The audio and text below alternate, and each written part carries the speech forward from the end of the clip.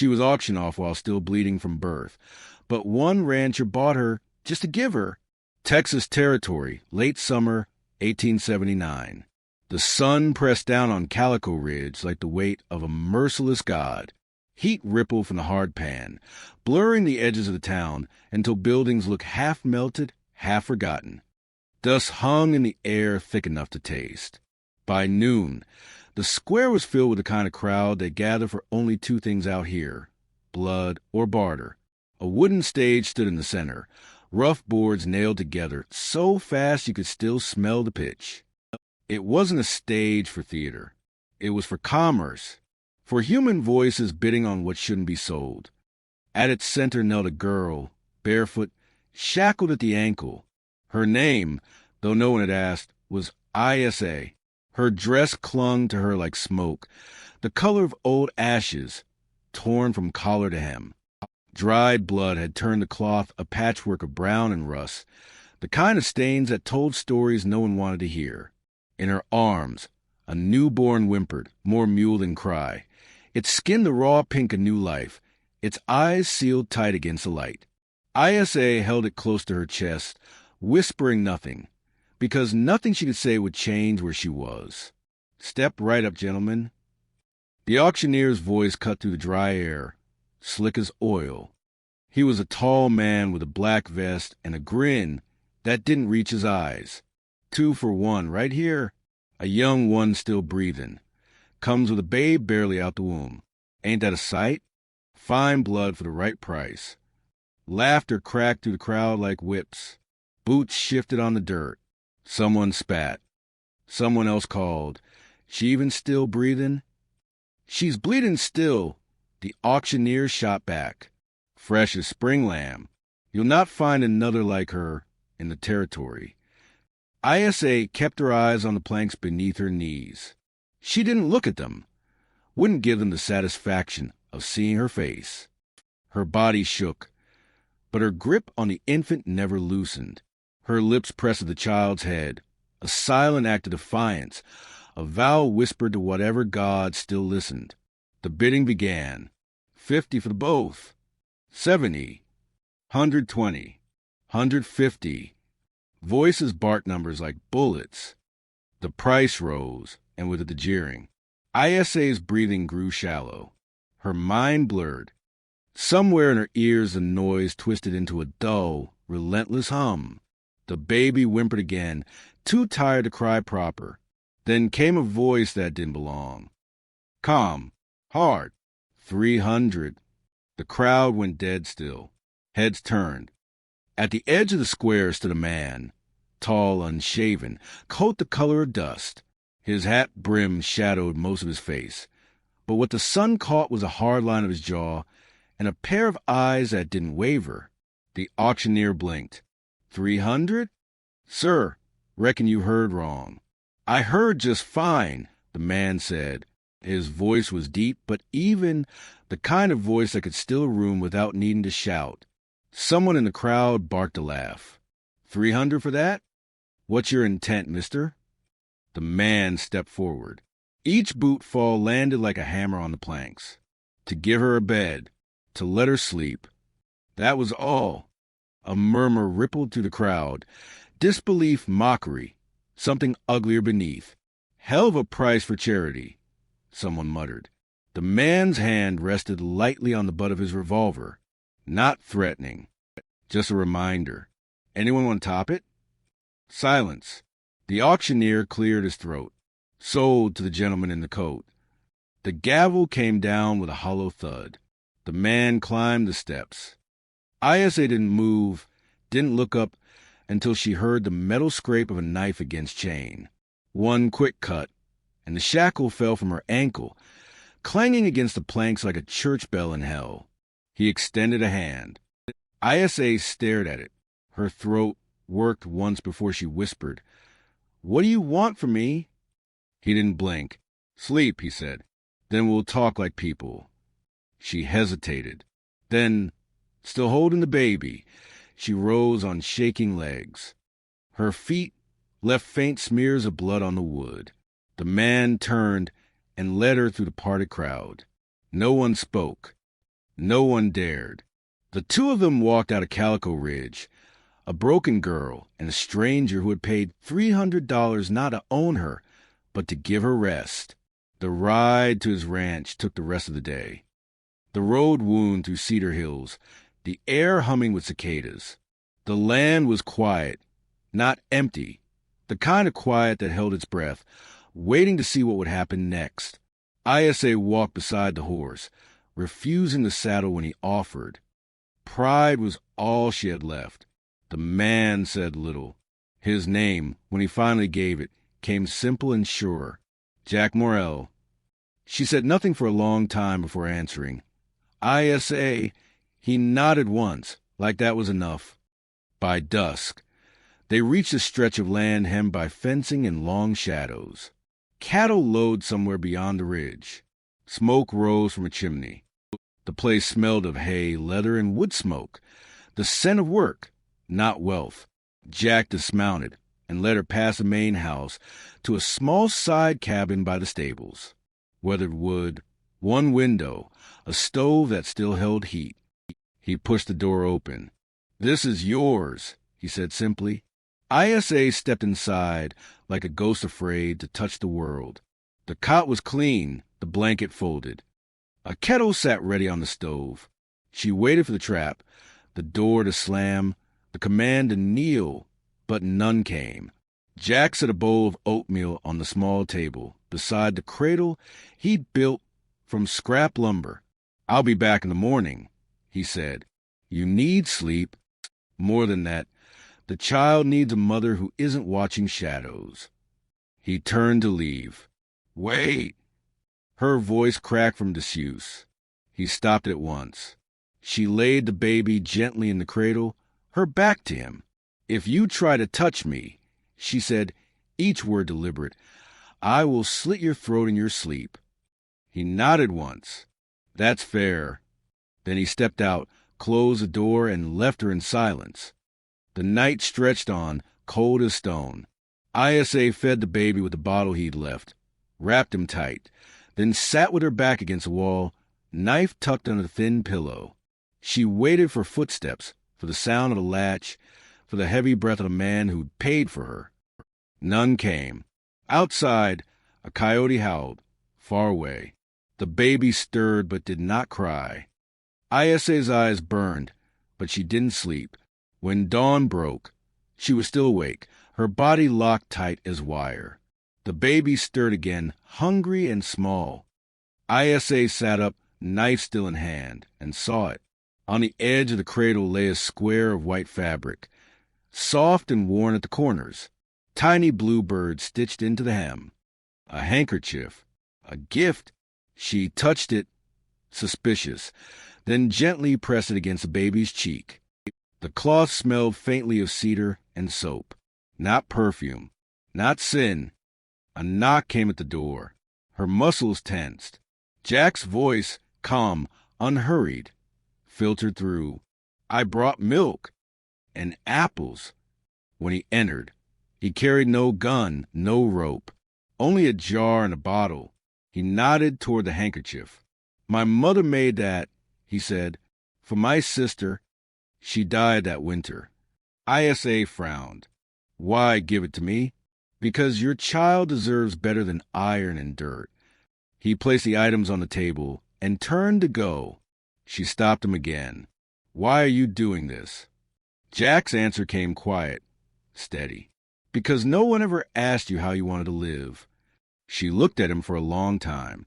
The knife stayed beneath her thigh, but her grip loosened. "And what if I don't know?" He gave the faintest smile. "Then start with sleep." He left again. This time she didn't watch the door. She sat down, placed the baby against her chest, and closed her eyes. Not all the way. Not yet. But enough for the darkness to feel a little less cruel. That first day passed like wind through high grass. Slow, strange, half real. ISA stayed in the cabin, feeding the baby, washing him in the basin, staring at the four walls that somehow didn't press in on her. Outside, she heard the rhythmic sounds of ranch life. Hammering, the low call of cattle, Jack's whistle somewhere beyond the barn. It should have frightened her, another man's presence so near, but instead it steadied her pulse. Every morning after that, he brought food to her door, bread, milk, sometimes a blanket folded clean. He never stepped inside without knocking, never spoke more than needed. And every morning, the distance between fear and trust shortened by an inch. On the third morning, when she went to fetch water from the well, she heard him behind her. "Morning, Miss ISA." She froze, bucket rope burning in her palm. No one had ever said her name that way, not as a label, but as respect. "What did you say?" she asked, wary. He tilted his hat back. "Your name? I reckon you have one." She stared. Then, softly, "No one's ever said it like that." He shrugged. "Then it's about time." He walked away without waiting for thanks. For the first time in years, ISA smiled, small, fleeting, like a door cracked open to light. That night, she lay in the dark, the baby breathing steady beside her, and thought of the man who had bought her just to let her sleep. Outside, the wind stirred the cedar trees. Inside, the world began quietly to change. Morning came with the sound of birds, not the kind that sing for joy, but the rough calls of grackles and sparrows scuffling for crumbs on the porch. ISA lay still on the cot, half awake, half somewhere else. The baby slept at her side, breath soft and uneven. For the first time in weeks, the dawn didn't bring panic. It brought something stranger, quiet. When she stepped outside, the air felt thick with heat already, the kind that would bake the ground by noon. Jack was out by the corral, sleeves rolled, hammering a bent gate latch back into shape. Each strike rang clean and certain. He looked up only once, just long enough to nod. "Morning, Miss ISA." She didn't answer, but her hand rose instinctively to shield her eyes, a reflex from years of flinching under attention. The habit stung her pride. Jack returned to his work. The world stayed ordinary. Fence wire, dust, cattle lowing in the far pasture. But to ISA, every sound still carried threat. Even silence could feel sharp. Inside the cabin, the baby, her boy Samuel, though she never dared say his name aloud, began to fuss. She lifted him, humming low, the kind of half-tune she remembered from before. Her voice was thin, almost unsure, but the child quieted anyway. By mid-morning, Jack appeared at the door again. He carried a sack of feed under one arm, a tin pail in the other. "You don't need to work," she said automatically, wary. "Work keeps the hand steady," he replied. He set the pail down, glanced toward the cradle. "He's stronger." She followed his gaze. The boy's cheeks had filled a little, color back under the skin. "He drinks what you bring," she said softly. Jack nodded once. Then, after a pause, "You're eating too little." ISA's chin lifted in defiance. "I eat what I need." "Not enough," he said simply, and before she could protest, he left another loaf on the table, still warm, crust golden. Then he stepped outside again. She stared at the bread for a long moment before tearing a small piece and tasting it. The flavor surprised her, honey and salt, not charity. Care. As the days turned into weeks, a rhythm grew between them, fragile as spider silk, but strong enough to hold. Every morning, Jack left something at her door, bread, milk, a book with pressed flowers between the pages. Sometimes a note, though she couldn't read the words. He didn't know that yet. Every evening, he checked the fences until the light failed, his shadow long across the grass. He didn't pry into her past, didn't ask about the scars or the nights she still woke gasping from dreams. And ISA didn't ask about the graves behind the barn or why a man like him lived alone on so much land. But in that silence, something small began to mend. One night, a storm rolled in from the west. It came fast, wind pushing down the valley, thunder low and distant at first, then sudden and sharp. Rain hammered the tin roof like hooves. ISA sat on the cot, Knife still under her pillow, heart thrumming. The baby stirred and whimpered. She whispered into the dark, "Sure, I'm here." Lightning cracked, bright through the single window. Moments later came a knock, hard, hurried, followed by Jack's voice. "You all right in there?" ISA froze. Every part of her braced for command, for intrusion. "I'm fine," she managed. The door opened anyway. Slow, careful. Jack stepped inside, rain soaking his coat, hat dripping. "Roof sound," he said, "just making sure the stove's holding." ISA tightened her grip on the knife beneath the blanket. Jack's eyes found a cradle. He crouched beside it, checking that the cover hadn't slipped. The baby slept through the thunder. "Fire's dying," he murmured, feeding it with a few logs. "Cold can fool you in summer storms." He worked silently, then rose to leave. ISA's voice came out sharper than she meant. "Don't you dare pity me." He stopped at the threshold. "Wasn't pity," he said. "Was habit. Checking fences. Checking fires. Checking people." He tipped his hat and was gone. When the door closed, ISA exhaled hard. The knife trembled in her hand before she finally slid it back under the pillow. That night, the storm passed, and so did something else, something she couldn't name. The next morning, she stepped outside to hang laundry. The air smelled of wet cedar and mud. Jack was already at work near the stable. Without meaning to, she said, "You should eat."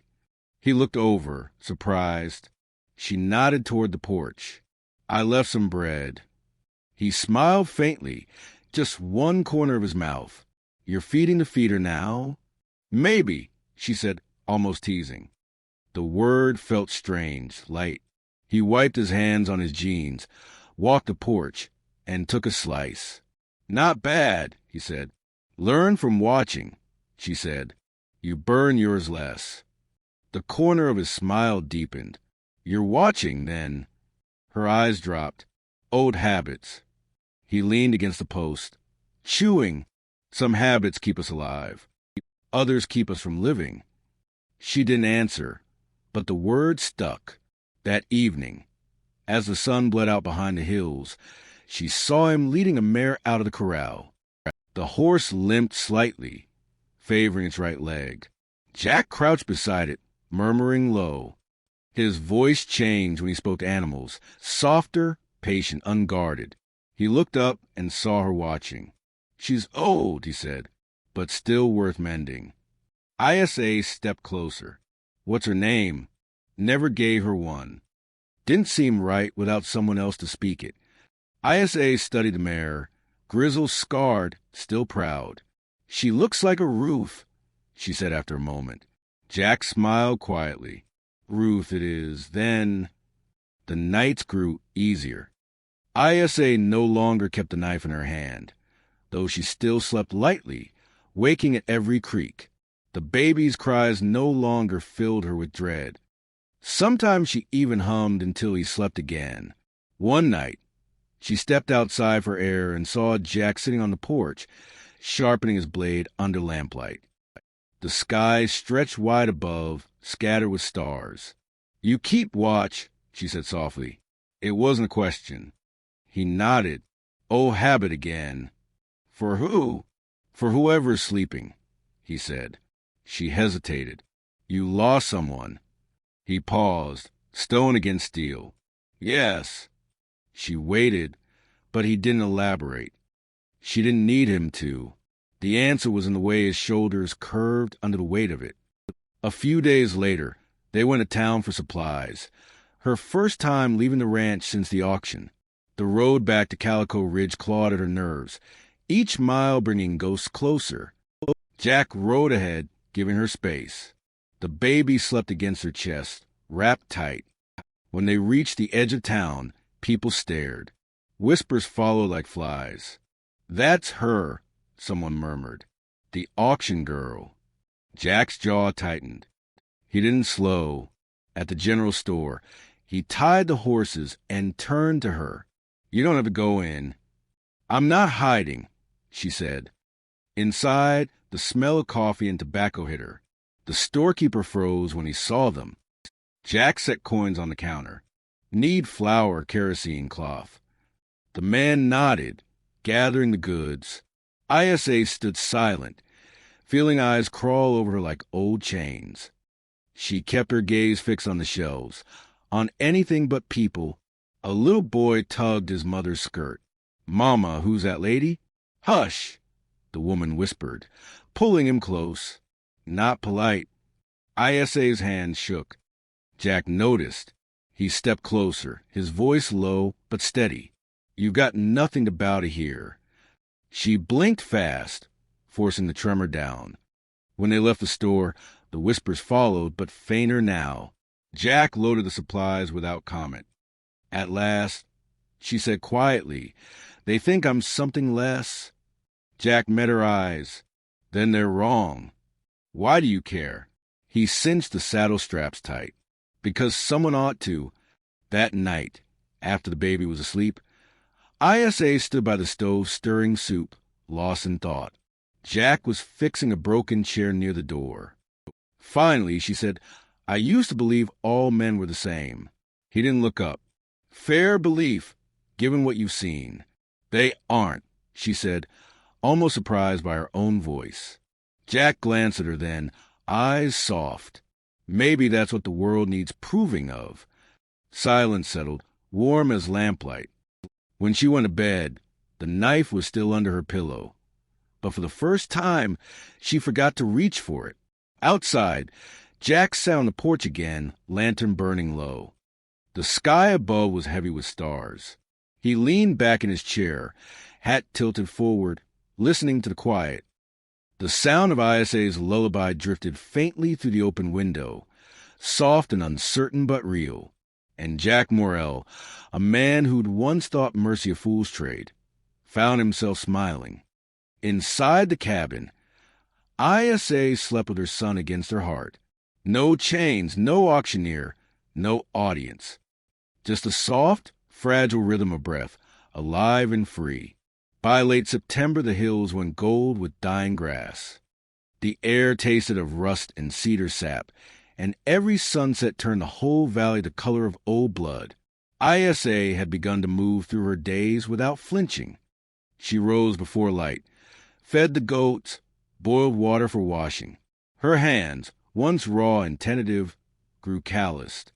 The ache of survival had shifted into the rhythm of living. Jack still rose earlier than she did. He worked the herd through the cool hours, came back with dust on his shoulders and a soft whistle between his teeth. The sound, steady low, carrying through the yard, had become her morning bell.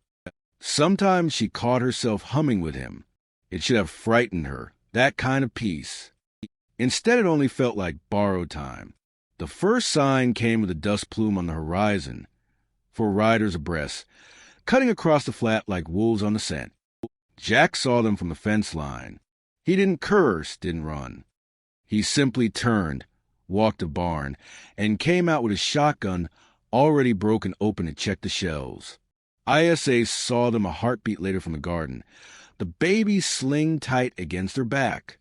Her pulse jumped. The faces were still far, but she knew the shapes, the long coats, the broad-brimmed hats, the kind of swagger that only cruelty carried. She ran to the cabin and laid Samuel in his cradle. When she came back out, Jack was already waiting at the gate. "Stay inside," he said. His voice was calm, but it had the weight of stone. "No," she whispered, gripping the doorframe. He didn't argue, only gave her a look that said please. Then he stepped forward to meet the riders. They slowed at the gate. The one in front had yellow teeth and a scar like a hook down his chin. ISA remembered him from the square, the one who had laughed when she bled through the floorboards. "Well, hell," he drawled. "Didn't think you'd make it this easy, rancher. We're here for what's ours." Jack's voice came quiet. "You're on private land." "Private?" the man sneered. "She's stolen property. Paperwork says she belonged to the flesh registry till the sale cleared. You took her before that." She was dying, Jack said, and I paid full price. Another rider spat. Then maybe we refund you and call it even. Jack didn't move. At this ranch, he said, property doesn't breathe. The men laughed. One shifted in his saddle, hand near his revolver. You making this legal? I'm making it human. For a moment, the only sound was the wind through the dry grass. Then the leader's grin faltered. Not worth it, he muttered, jerking his reins. Come on. They turned their horses, dust rising around them. Before he left, the leader leaned low over the saddle. This ain't over, Morel. You can't buy your way out of what she is. Jack watched them go until the dust swallowed them. Then he lowered the shotgun. From the shadow of the barn door, ISA stepped out, face pale. You could have been killed. So could you, he said simply. Her arms tightened around her ribs. What if they come back? Then they'll remember who lives here. He looked at her, steady, certain, and something inside her cracked. Why? She asked. Why risk it? Because no one risked it when they should have, he said. And I'm tired of watching good die quiet. She had no answer for that. That evening the sky went red as iron. ISA fed Samuel and sat on the porch. The air smelled of smoke, someone burning mesquite in the distance. Jack sat nearby, sharpening a blade, the scrape of stone slow and measured. They'll come again, she said finally. Maybe, he said. Maybe they'll sell their fear elsewhere. You believe that? No, a ghost of a smile. But hope's cheaper than bullets. She almost laughed. Almost. When she went inside later, she found a second shotgun leaning by the door. Cleaned, oiled ready. A note rested on it in Jack's rough scrawl. For when I'm not near. She stared at it for a long time, the memory of her auction shackles echoing in her chest. She set the gun back down but kept the note. That night, sleep betrayed her. She dreamed of straw and blood again, of laughter that had no human shape, of hands that pressed her down while another tore the child from her body. In the dream she screamed, but no sound came, only the thunder of boots, the auctioneer's bell ringing over and over. She woke with a cry, clutching Samuel to her chest. Sweat soaked her dress. The world swam until she saw the lamplight through the window. Outside, Jack sat in his chair, hat in his lap, lamp burning low beside him, watching, guarding. ISA rose, bare feet on cold floor, and opened the door. He looked up.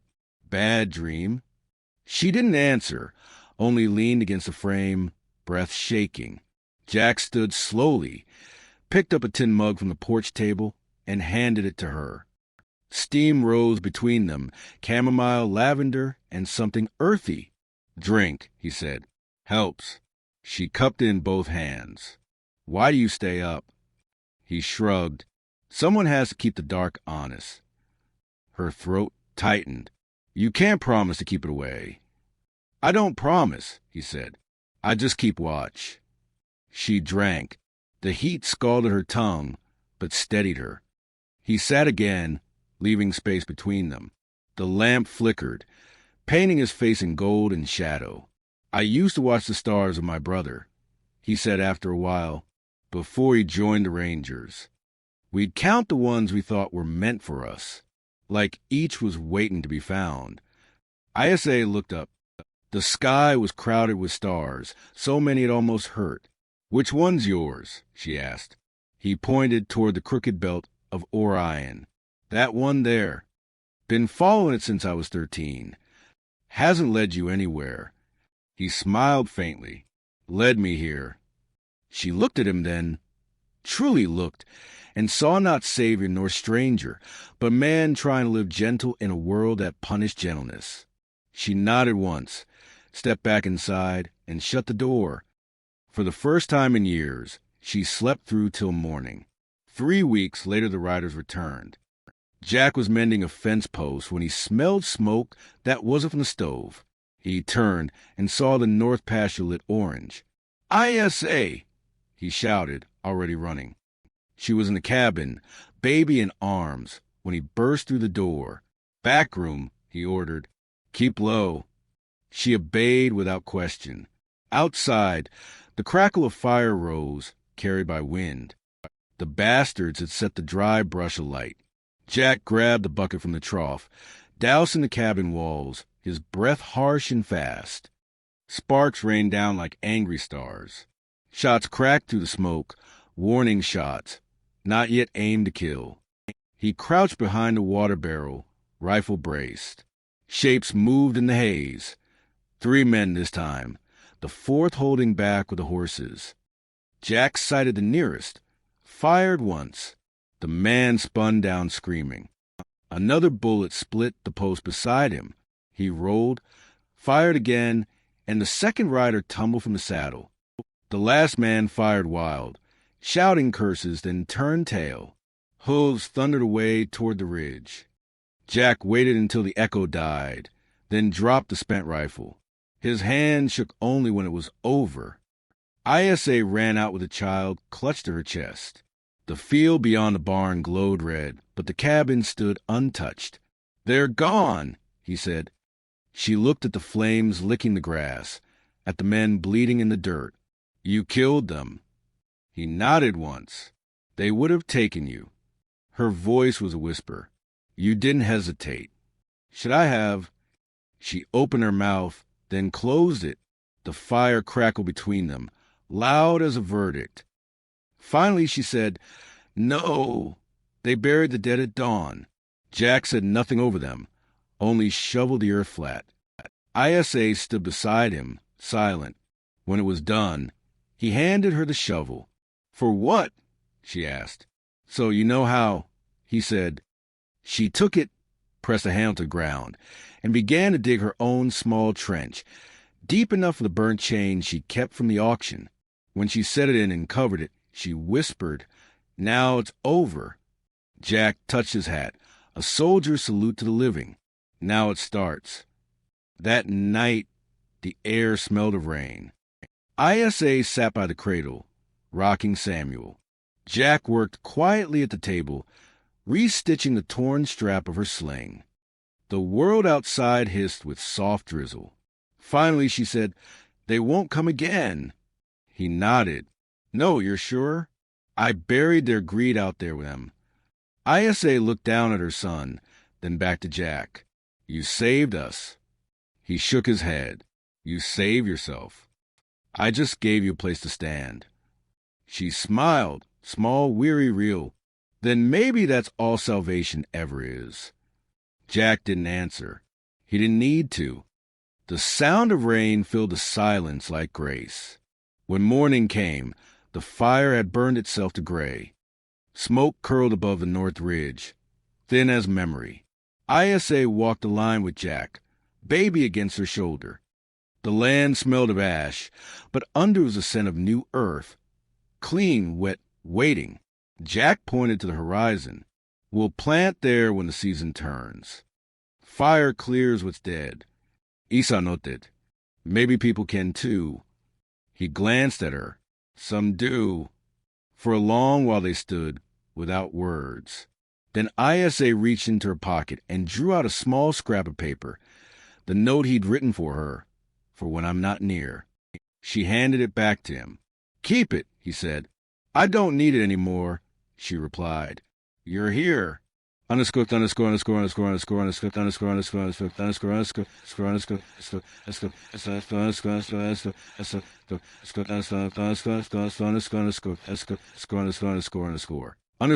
underscore, underscore, underscore. That evening, the sun broke through the clouds. The whole valley glowed gold, washed clean by rain and fire. ISA watched the light move across the hills and thought of all she'd lost, all she'd found. Chains to cradle, fear to faith, dust to life. She whispered the word out loud, testing it on her tongue. Home. Behind her, Jack straightened from the field, hearing it but pretending not to. The corner of his mouth lifted just the same. Winter came in that year. Frost crusted the fence wire before dawn, and the creek froze shallow where it bent behind the barn. The air bit through wool and bone. Yet inside the small house, firelight kept a steady pulse, gold against the walls that Jack had patched by hand. ISA had stopped counting the months since Calico Ridge. Life had folded itself into tasks. Milk the goats, feed the hens, grind corn.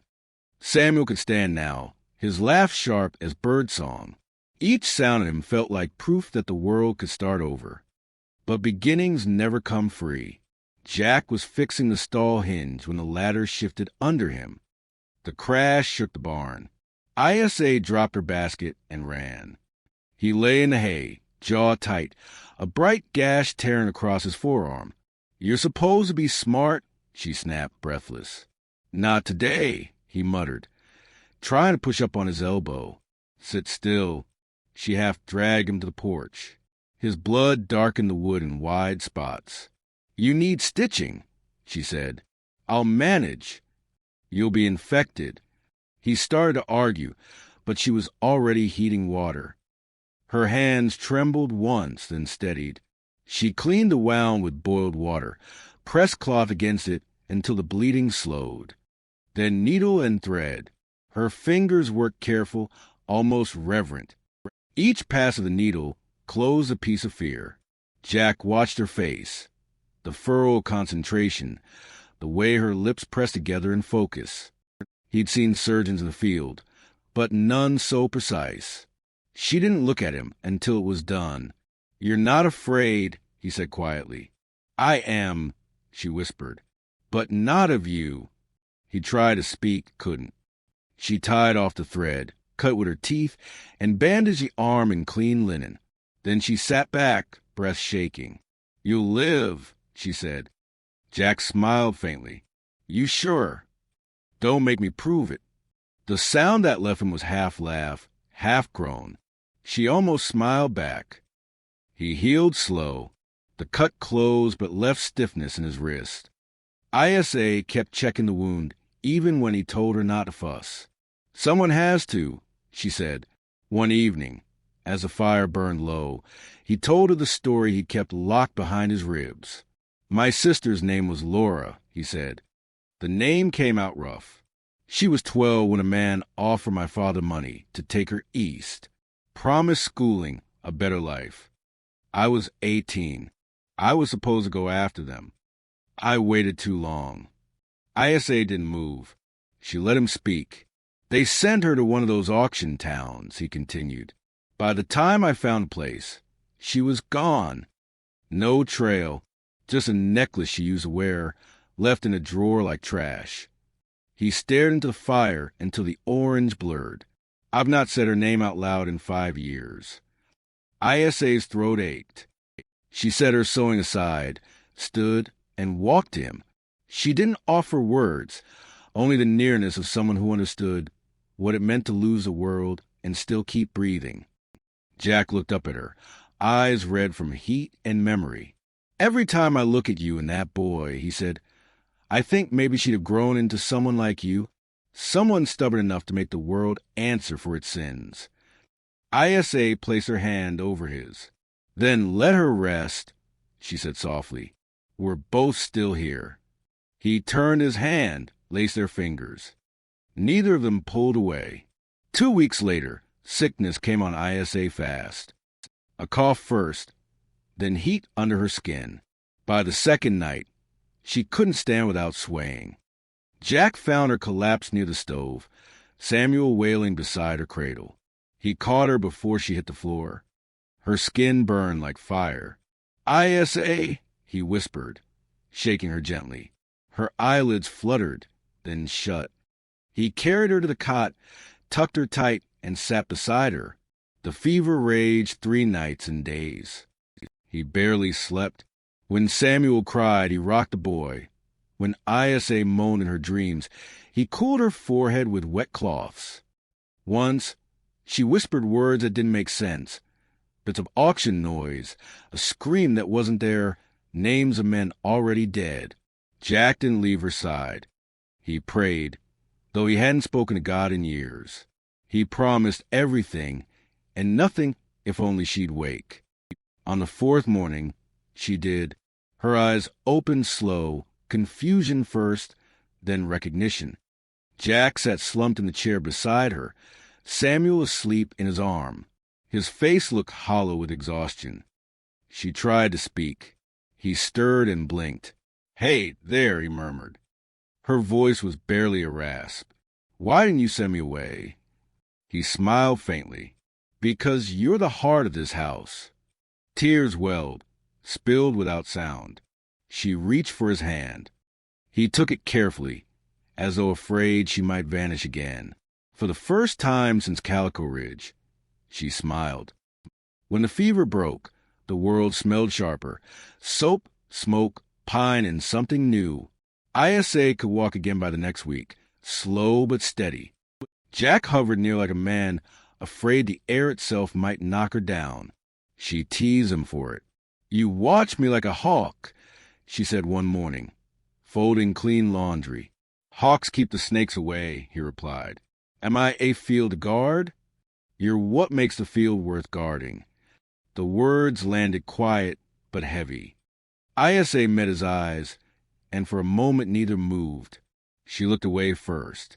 "You'll trip over your own kindness one day." He smiled. "I'll take the fall." That evening, they sat on the porch. The air was soft again, spring edging through the cold. Stars pooled above them. Samuel slept inside, a low, even breathing that hummed through the walls. Jack turned the bandaged arm toward the lamplight. "Good stitching," he said. "I learned from patching dresses," she answered. "Same thing, just bloodier." He laughed under his breath. "You ever think about leaving this place?" "Starting fresh somewhere else." She shook her head. "Fresh don't mean safe." "This does." Jack nodded slowly. "Then I reckon I'll stay too." He reached into his pocket, pulled out something small, his sister's necklace, the one he kept all these years. A thin silver chain with a pendant shaped like a leaf. "Laura's," he said. "You should have it."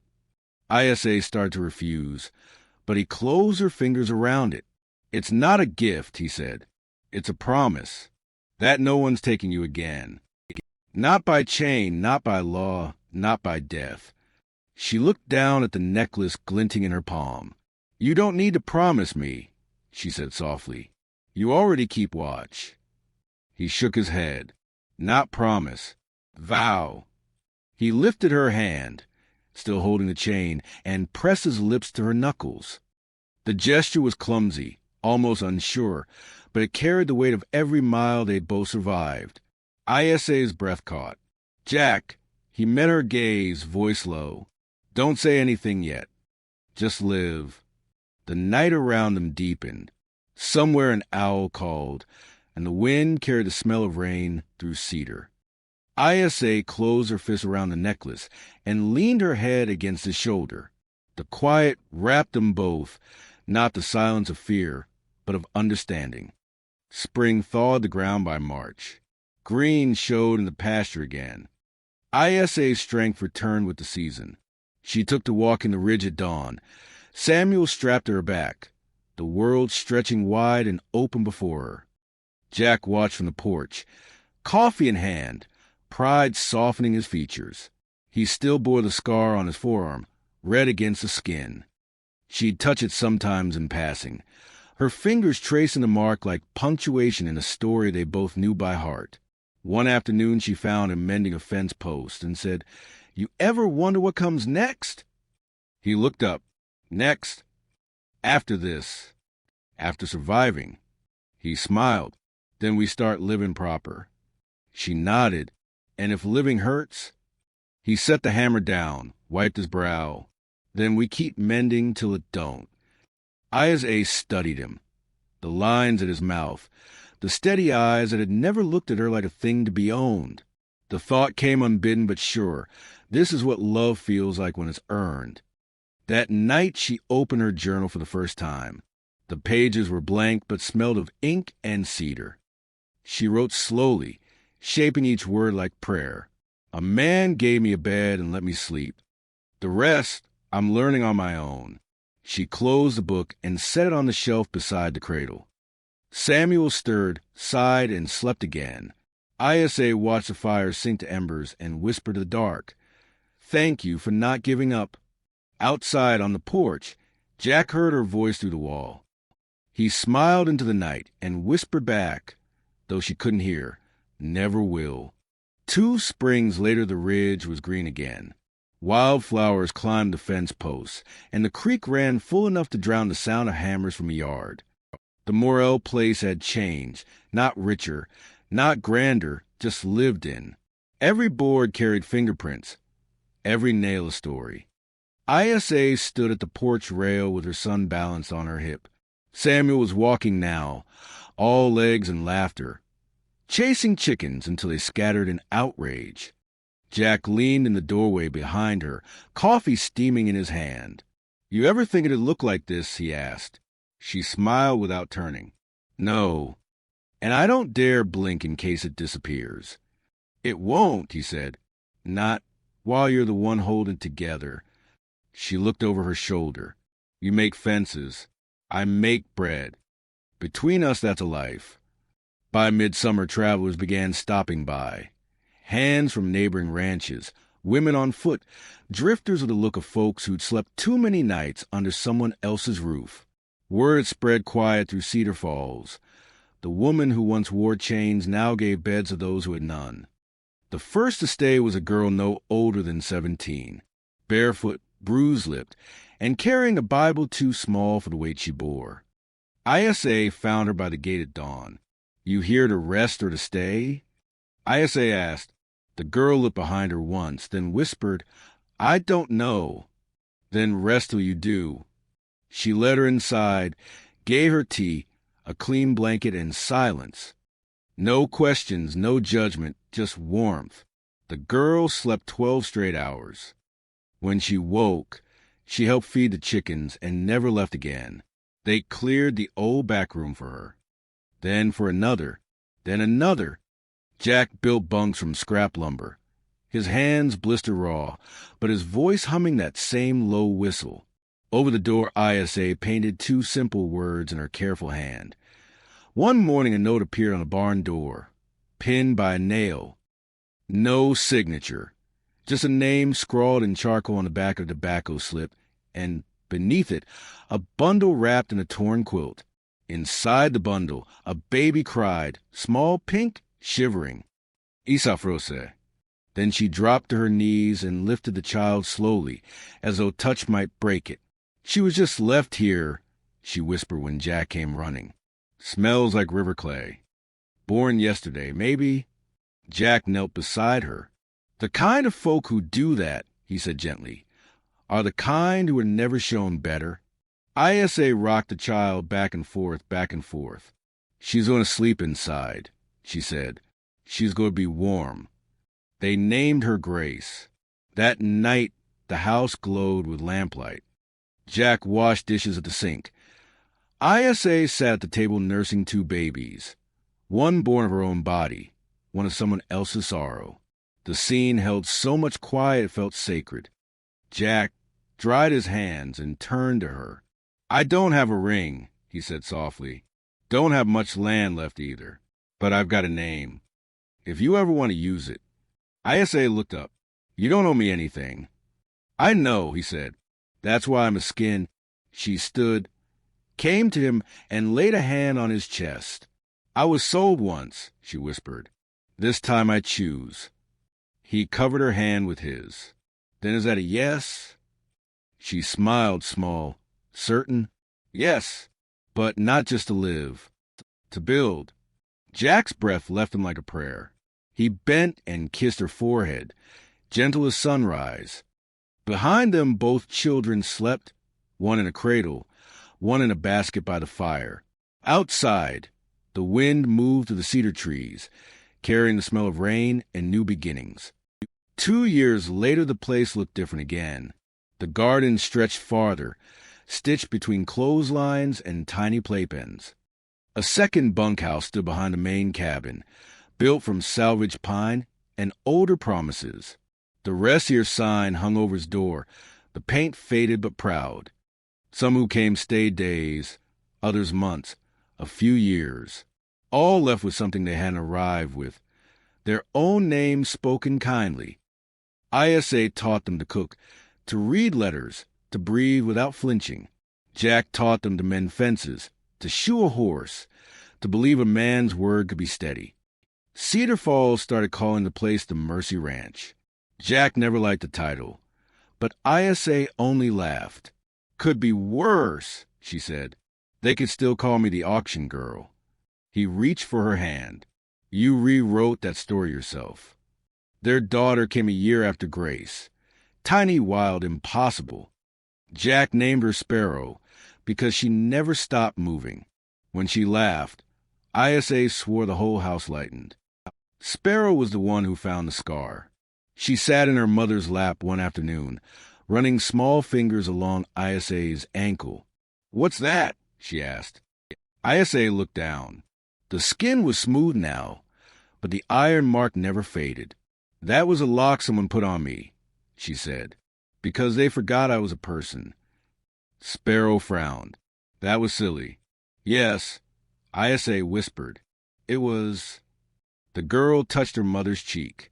"No one will lock you again." ISA kissed her hand. "No, baby. Not ever again." When the house finally went quiet each night, ISA wrote. By lantern light, she filled a small book with neat, slanted script. "This is a place where women sleep without fear. We do not save them. We give them a place to remember who they are." Sometimes she stopped writing just to look out the window. Jack would be in the paddock, teaching Sparrow to hold the reins without fear, Grace laughing in the grass. ISA would smile, then dip her pen again. One evening she wrote, "I was once bought for less than a horse, but I was loved like a human, and that is the only price that ever mattered." She closed the book, set it on the shelf, and listened to the laughter outside. Peace, she'd learned, was never silent. It was full of voices that meant safety. The ridge in late autumn burned gold and red. The wind came cool from the north, carrying the smell of smoke from someone's hearth down in town. Jack sat on the porch, sharpening a blade out of habit. ISA joined him, wrapping a shawl around her shoulders. "You ever think about that day?" he asked quietly. "The auction?" She nodded. "Not like before. I used to hear the gavel in my sleep. Now I hear Sparrow laughing instead." Jack looked out over the fields. "I love you, ISA Lorraine Morel." She leaned her head against his shoulder. "I know." They sat there until the stars rose. Two souls would learn that mercy could outlive the past, that love could be as quiet as keeping watch.